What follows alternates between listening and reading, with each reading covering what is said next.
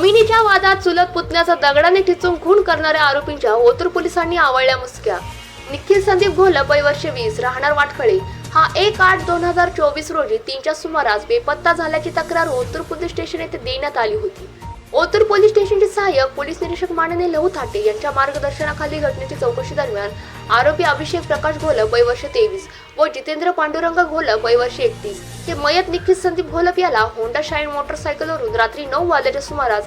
जुन्नर जुने ST stand जवळील नवीन command येथून निखिल घोलप याला मोटरसायकलवर बसवून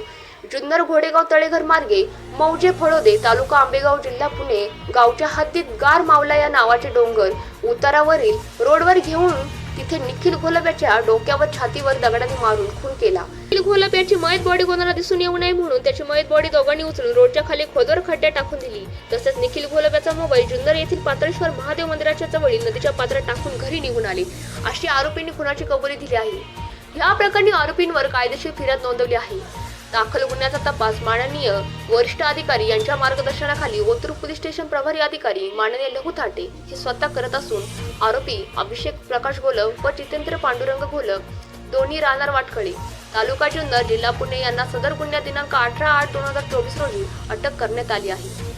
अटक आरोपींना माननीय जुन्नर न्यायालय यांनी 4 दिवस पोलीस कस्टडी दिली असून सदरची कारवाई श्री पंकज देशमुख पोलीस अधीक्षक पुणे ग्रामीण श्री रमेश चोपडे अप्पर पोलीस अधीक्षक पुणे ग्रामीण श्री रवींद्र चौधर उपविभागीय पोलीस अधिकारी जुन्नर विभाग यांच्या मार्गदर्शनाखाली ओतूर पोलीस स्टेशनचे सहाय्यक पोलीस निरीक्षक लहू थाटे पोलीस उपनिरीक्षक अजित पाटील महेश पटारे नामदेव बांबळे दिनेश साबळे भारती